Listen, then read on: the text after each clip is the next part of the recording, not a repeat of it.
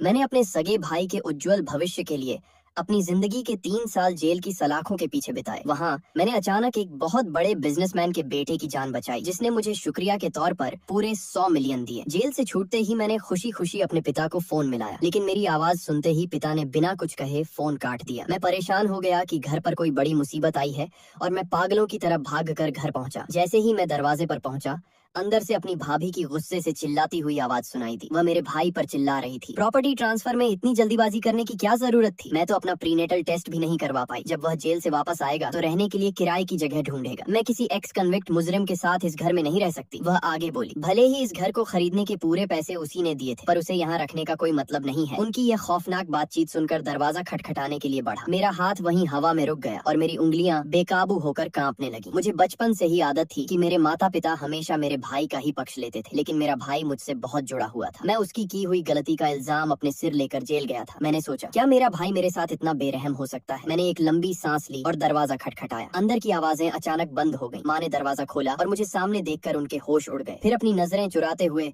उन्होंने मेरे कंधे पर हाथ मारा। लिन, तुम वापस आ गए। तुम्हारे पापा तो तुम्हें लेने ही जा रहे थे। उनकी यह झूठी और पाखंडी चिंता सुनकर मेरे बदन में एक सिहरन दौड़ गई। अगर मैंने दरवाजे के बाहर उनकी असली बातें न सुनी होती तो मैं आज भी उनकी इस एक्टिंग पर यकीन कर लेता, पर अब उनका यह पाखंडी चेहरा देखकर मुझे सिर्फ और सिर्फ घिन आ रही थी। जैसे ही मैं घर के अंदर घुसा, मेरे सगे भाई ने मुझे नफरत और हिकारत भरी नजरों से देखा। उसने तुरंत शराब का स्प्रे उठाया और मेरे पूरे बदन पर छिड़कने लगा। वह मुंह बनाकर बोला, बुरा मत मानना भाई, मैं बस तुम्हारी जेल की बदकिस्मती को घर से दूर कर रहा हूँ। मैंने कड़वाहट भरी एक फीकी मुस्कान दी। वह मुझसे इसलिए नफरत कर रहा था क्योंकि मैं जेल काट कर आया था, पर यह एहसान फरामोश ये भूल गया कि मैं उसकी ही गलती की सजा भुगतने जेल गया था। मैं बिना कुछ बोले चुपचाप अपने कमरे की तरफ बढ़ने लगा। मैं मुश्किल से 2 सीढ़ियां ही चढ़ा था कि मेरे पिता ने बेरहमी से मेरा हाथ पकड़कर पीछे खींचा और कड़क कर बोले, इधर मत देखो, इस घर में अब तुम्हारे लिए कोई कमरा या जगह नहीं है। सोफे के पास रखी ऐशत्रे सिगरेट के बटों से भरी थी, मानो उन्हें मेरे आने से सख्त चिढ़ थी। मैंने गुस्से में पिता की तरफ देखा। पापा, मैं सिर्फ 3 साल जेल में था, मर नहीं गया था। ऐसा कैसे हो सकता है कि इस पूरे घर में मैं एक छोटे से कमरे के भी लायक नहीं हूँ? क्या मैं इतना पराया हो गया? लेकिन मेरा भाई मेरी एक बात सुनने को तैयार नहीं था। तभी मेरा भाई बाथरूम से बाहर निकला और मुझे अजीब नजरों से घूरते हुए बोला, परिवार में हम इतने सारे लोग हैं और कमरे बस इतने ही, हम सब यहाँ कैसे एडजस्ट होंगे? भाई का यह बदला हुआ और परेशान चेहरा देखकर मेरा दिल पूरी तरह बैठ गया। मैंने एक दर्द भरी हंसी हंसी और कहा, हम सब तो पहले भी इसी घर में आराम से एडजस्ट हो जाते थे। मैं तो बस 3 साल के लिए जेल गया था। अब अचानक ऐसा क्या बदल गया कि तुम सब मिलकर मुझे मेरे ही घर से बाहर निकालने पर तुले हो? मैंने उन्हें याद दिलाते हुए कहा, ये मत भूलो कि इस घर को खरीदने के लिए पाई पाई मैंने अकाउंटेंट को दी थी। ये सुनते ही भाई का चेहरा लाल हो गया। उसने अचानक आगे बढ़कर मेरे चेहरे पर एक जोरदार थप्पड़ जड़ दिया और उंगली दिखाकर चिल्लाने लगा। वह तमतमाकर बोला, तुम्हें क्या लगता है तुम घर खरीदने के लायक हो? तुम जेल से सीधे यहाँ अपना कर्ज वसूलने आए हो क्या? मैंने कहा, क्या मैं तुमसे मेरा घर वापस मांग रहा हूँ? तुम लोग तो मेरे रहने के लिए एक छोटा सा कमरा भी नहीं छोड़ रहे हो। ये सुनकर मेरे पिता गुस्से से आग बबूला हो गए और उनकी आंखों में नफरत तैरने लगी। उन्होंने मुझे साफ साफ घर से निकल जाने का हुक्म दे दिया। तुम्हारे लिए इस घर में कोई जगह नहीं है, अगर रहना है तो बाहर कहीं किराए का कमरा ढूंढ लो, हम पर तुम्हारा कोई कर्ज नहीं है। मैं पूरी तरह सुन्न रह गया। गुस्से और सदमे से मेरा पूरा बदन कांप रहा था और सीने में भावनाओं का सैलाब उमड़ रहा था। कितनी आसानी से कह दिया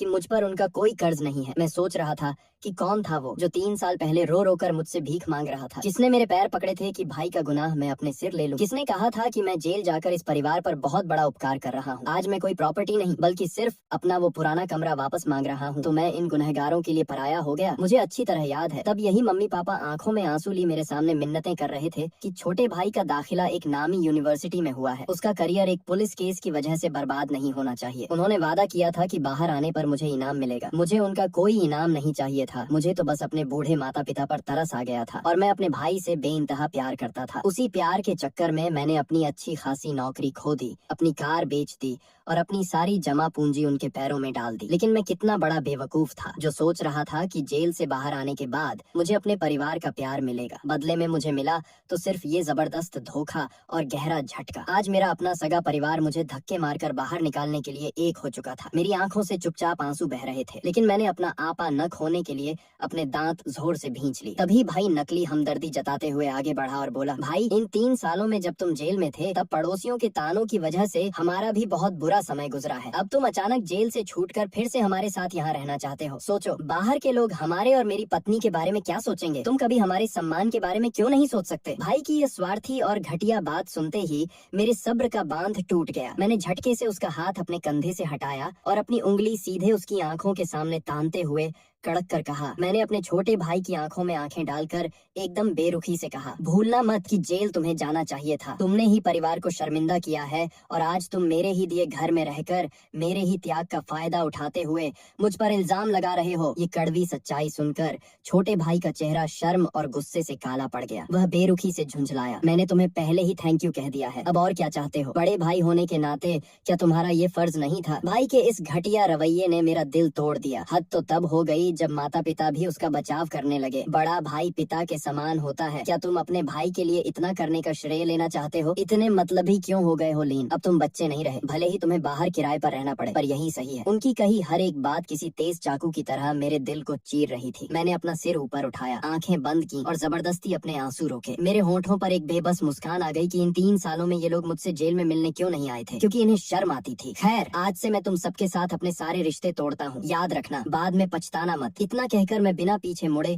उस पराये घर से हमेशा के लिए बाहर निकल गया। काफी देर तक सड़कों पर भटकने के बाद आखिरकार मुझे रुकने के लिए एक होटल मिला। होटल पहुंचते ही मैंने भारी फीस देकर इंटरनेट पर एक बड़े वकील से सलाह ली। मैंने पूछा, जो घर मैंने खरीदा था वह मेरे माता पिता के नाम पर है, क्या मैं उसे वापस पा सकता हूँ? वकील ने कहा, अगर तुम असली खरीदार होने का सबूत जैसे पेमेंट स्लिप और डॉक्यूमेंट्स दिखा सको तो हाँ। मुझे बचपन से ही सारे कागजात संभाल कर रखने की आदत थी, इसलिए मेरे पास सारे पक्के सबूत मौजूद थे। मैंने तुरंत उस वकील को भारी फीस पर हायर किया और उसे उस एहसान फरामोश परिवार पर केस ठोकने के निर्देश दे दिए। इसके बाद मैं आराम से बेड पर लेट गया। अपने फोन की स्क्रीन पर 9 अंकों वाला बैंक बैलेंस 100 मिलियन देखकर मैं गहरी सोच में डूब गया। मैं चाहता हूँ कि मेरा पूरा परिवार आज के इस फैसले पर खून के आंसू रोए। अगले ही दिन मैं सीधे शहर के सबसे महंगे विलेज सेल्स ऑफिस पहुँच गया। वहाँ चल रहे एक बड़े डिस्काउंट ऑफर का फायदा उठाते हुए मैंने एक ही बार में पूरे 800 मिलियन 10 करोड़ कैश टेबल पर पटके और पूरी तरह से फर्निश्ड 10 आलीशान विला खरीद ली। एक विला मैंने अपने रहने के लिए रखा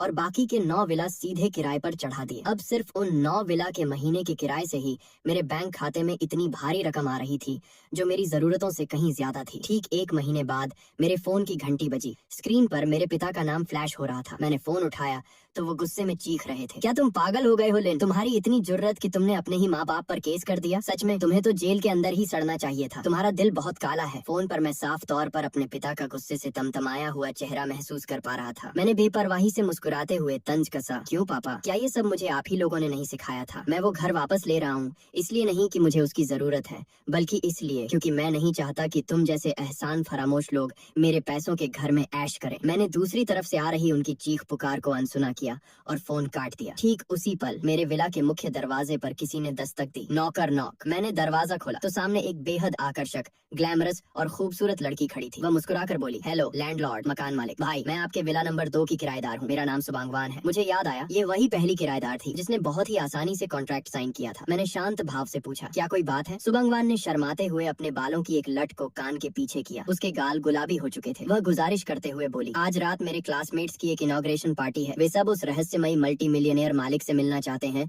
जिसने एक साथ 10 विला खरीदे हैं। वह झिझकते हुए बोली, क्या आप आज रात मेरे साथ उस पार्टी में चल सकते हैं? मैं बिना कोई रिएक्शन दिए चुपचाप खड़ा रहा तो सुबांगवान ने तुरंत आगे बढ़कर धीरे से मेरी आस्तीन का कोना पकड़ा और उसे लाड से हिलाते हुए मिन्नत करने लगी। वह बहुत ही धीमी और सुरीली आवाज में गिड़गिड़ाई, मकान मालिक भाई, प्लीज मान जाइए ना, मैं आपसे गुजारिश करती हूँ। मैंने अपने दोस्तों को बोल दिया है कि हम दोनों बहुत क्लोज हैं। क्या आप मेरी इतनी सी मदद नहीं करेंगे? उसने हाथ जोड़कर अपना सिर थोड़ा झुकाया। मैं हमेशा से ही नरम लोगों के साथ, नरम और सख्त लोगों के साथ सख्त रहने वाला इंसान रहा हूँ। उसकी इस मासूम हिचकिचाहट और जिद के आगे मेरा गुस्सा पिघल गया। आखिरकार मैंने एक ठंडी आह भरी और मुस्कुराते हुए कहा, ठीक है, मैं आज रात तुम्हारे साथ चलूंगा। ये सुनते ही सुबांगवान की आंखें खुशी से चमक उठी और वह बच्चों की तरह उछलती हुई वहाँ से चली गई। रात के ठीक 7 बजे मैं वादे के मुताबिक सज धज कर सुबांगवान के घर पहुंचा, लेकिन जैसे ही मैं अंदर जाने के लिए मुड़ा, मुझे अपने पीछे एक बेहद जानी पहचानी और नफरत भरी आवाज सुनाई दी, जिसे सुनकर मेरे कदम वहीं रुक गए। शेनलिन, तुम हमारे पीछे पीछे यहाँ भी आ गए। मैंने पलटकर उस नफरत भरी आवाज की तरफ देखा। सामने मेरा छोटा भाई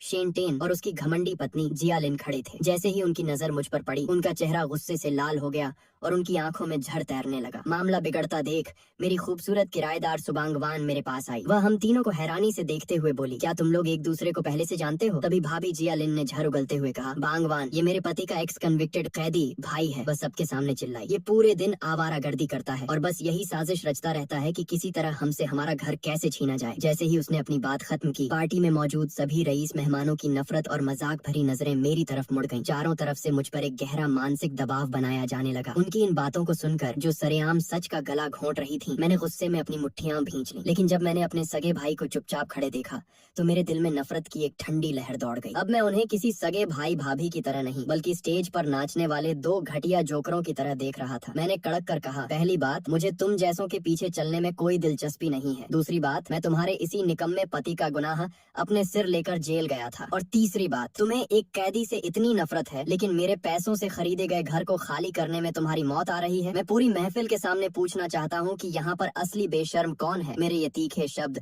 सीधे भाभी के कलेजे में तीर की तरह चुभे। वहाँ खड़े लोगों की बदलती नजरों को महसूस करके मेरी भाभी का चेहरा शर्म से पीला पड़ गया। वह अपनी बेइज्जती छुपाने के लिए अविश्वास से चीखी, शेन लिन, अपनी बकवास बंद करो। वह घर पूरी तरह शेन टेन का है, तुम्हारा उससे कोई लेना देना नहीं है। मैंने मुस्कुराते हुए कहा, खैर, मेरे वकील का लीगल नोटिस तुम्हारे घर पहुंच चुका है। मुझे पूरी उम्मीद है कि कोर्ट के कटघरे में खड़े होकर भी तुम दोनों अपने इस झूठ पर इसी तरह जिद्दी बने रहोगे। ये सुनते ही मेरा छोटा भाई शेन टेन अपनी नकली शराफत का चोला ओढ़कर आगे बढ़ा। वह मगरमच्छ के आंसू बहाते हुए बोला, भाई, मुझे पता है कि तुम अभी अभी जेल से छूटे हो और तुम्हारे पास सिर छुपाने के लिए कोई ठिकाना नहीं है, लेकिन वह कमरा हमने अपने आने वाले बच्चे के लिए रिजर्व किया है। आखिर हम सब एक ही परिवार है ना? क्या तुम्हें हमारे साथ इतने बुरे तरीके से पेश आना शोभा देता है? मैंने उसे बेहद ठंडी और हिकारत भरी नजरों से देखा। मैं जितना उसकी बातें सुन रहा था, मेरा दिल उतना ही पत्थर होता जा रहा था। मुझे समझ नहीं आ रहा था कि जो बचपन में मुझे भैया भैया कहता था, वो ऐसा कैसे हो गया। मन ही मन मेरा आक्रोश फूट पड़ा। जब तुम लोगों ने मुझे लात मारकर मेरे ही घर से बाहर निकाला था, तब तुम्हें याद नहीं आया कि हम परिवार हैं? एक पल पहले जब तुम्हारी इस बदजुबान पत्नी ने पूरी महफिल के सामने मेरी इज्जत की धज्जियां उड़ाई, तब तुम्हारा यह परिवार कहाँ सो रहा था? शेन टेन ने देखा कि पूरी पार्टी के लोग अब हमारी तरफ ही घूर रहे हैं, पर उसे अपनी घिनौनी करतूत पर जरा भी शर्म नहीं आई, बल्कि उसका गुस्सा और बढ़ गया। वह घमंड में चूर होकर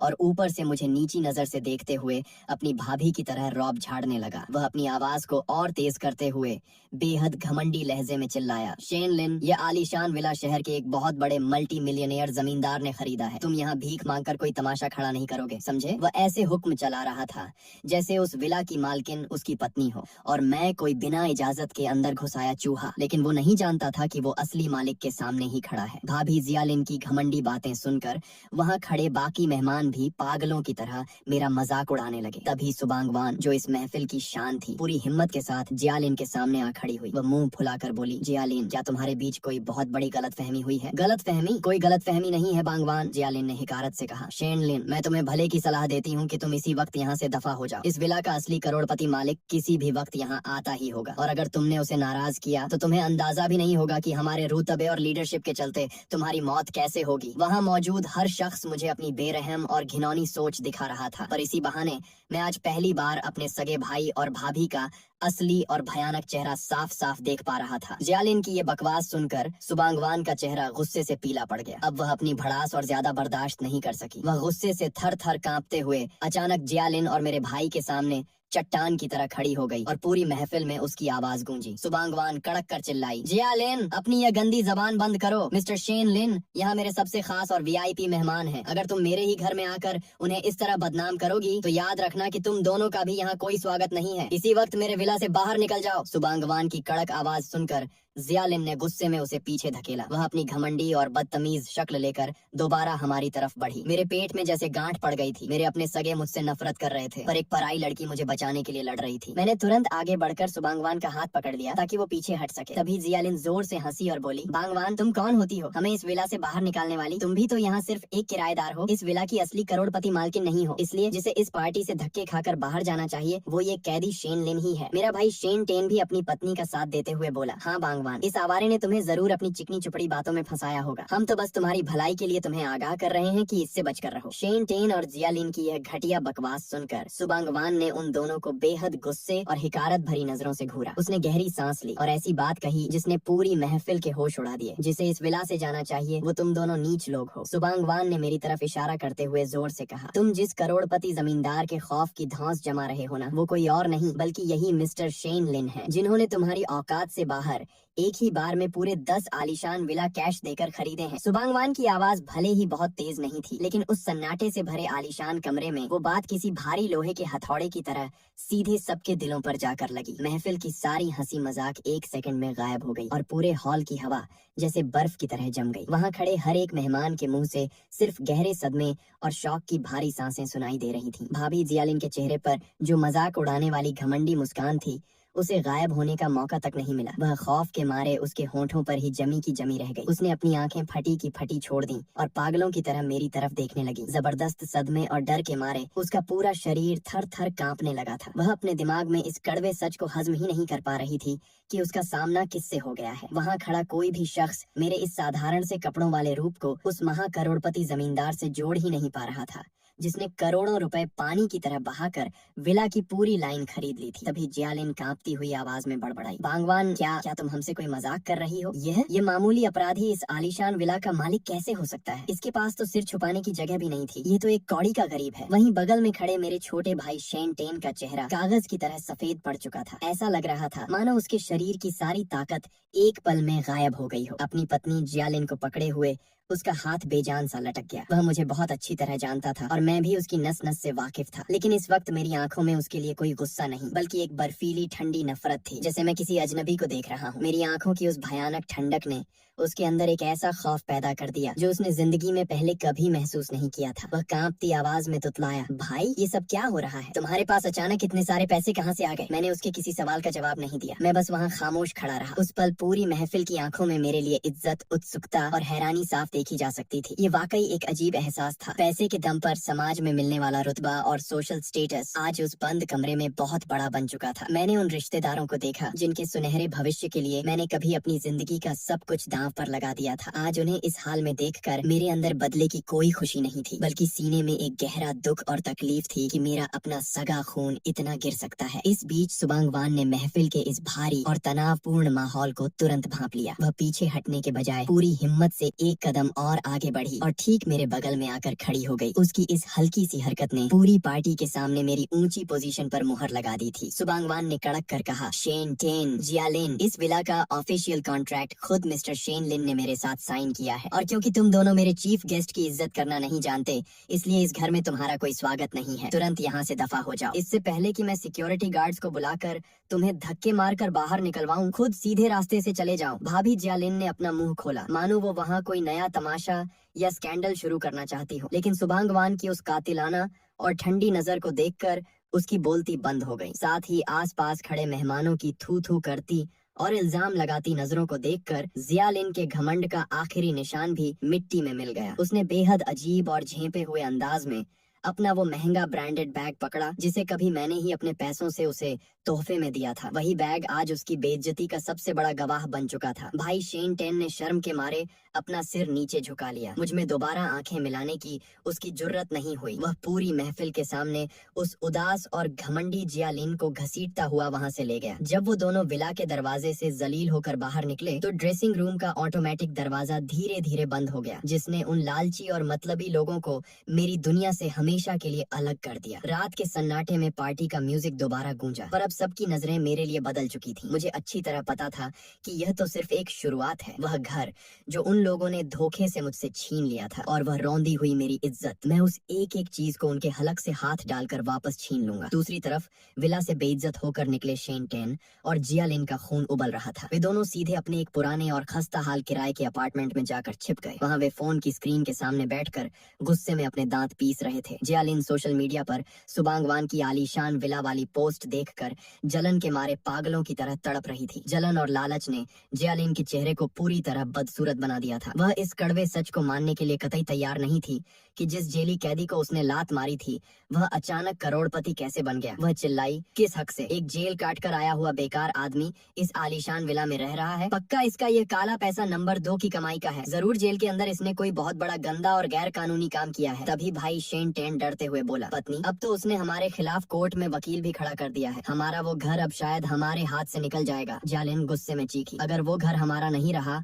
तो मैं उसे भी उस घर में चैन की सांस नहीं लेने दूंगी। क्या उसे अपनी इज्जत की बहुत परवाह है ना? मैं इंटरनेट पर उसे इस कदर बदनाम करूंगी कि वो किसी को मुंह दिखाने लायक नहीं रहेगा। देखते हैं वो विला में कैसे रहता है। जियालिन पागलों की तरह कीबोर्ड पर उंगलियां चलाने लगी। उसने सच को पूरी तरह तोड़ मरोड़ कर और भावनाओं का झूठा ड्रामा रचकर एक लंबा चौड़ा पोस्ट तैयार किया। उसने फैक्ट्स को इस तरह बदला कि इंटरनेट की जनता उसकी इस झूठी और मनगढ़ंत कहानी पर आसानी से भरोसा कर ले। उसके इस झूठे डिस्क्रिप्शन में मैं एक ऐसा बेरहम और लालची विलेन बन चुका था जो जेल से बाहर आते ही पूरी तरह अंधा हो गया था। उसने लिखा कि यह अपराधी भाई न सिर्फ अपने बूढ़े और लाचार माता पिता के रहने का आखिरी ठिकाना छीनना चाहता है, बल्कि अपने छोटे भाई को जान से मारने की धमकी दे रहा है। महज कुछ ही घंटों के अंदर उस आर्टिकल का टाइटल इंटरनेट पर आग की तरह फैल गया। होश खो चुका एक दोषी भाई जेल से बाहर आता है और अपने ही पूरे हंसते खेलते परिवार को बर्बाद कर देता है। ये पोस्ट लोकल फोरम और सोशल मीडिया पर जबरदस्त तरीके से वायरल हो गया। इंटरनेट की वो भोली जनता जो इस पूरे मामले के पीछे के असली सच से बिल्कुल अनजान थी, कमेंट बॉक्स में मेरे खिलाफ जहरीली और भद्दी भद्दी गालियां लिखने लगी। उन शब्दों का जहर इतना डरावना था कि कोई भी कमजोर दिल इंसान इसे देखकर जीते जी दम तोड़ दे। इधर मैं अपने आलीशान विला के बड़े से स्टूडियो रूम में आराम से बैठा हुआ था। मेरे हाथ में वकील द्वारा तैयार किए गए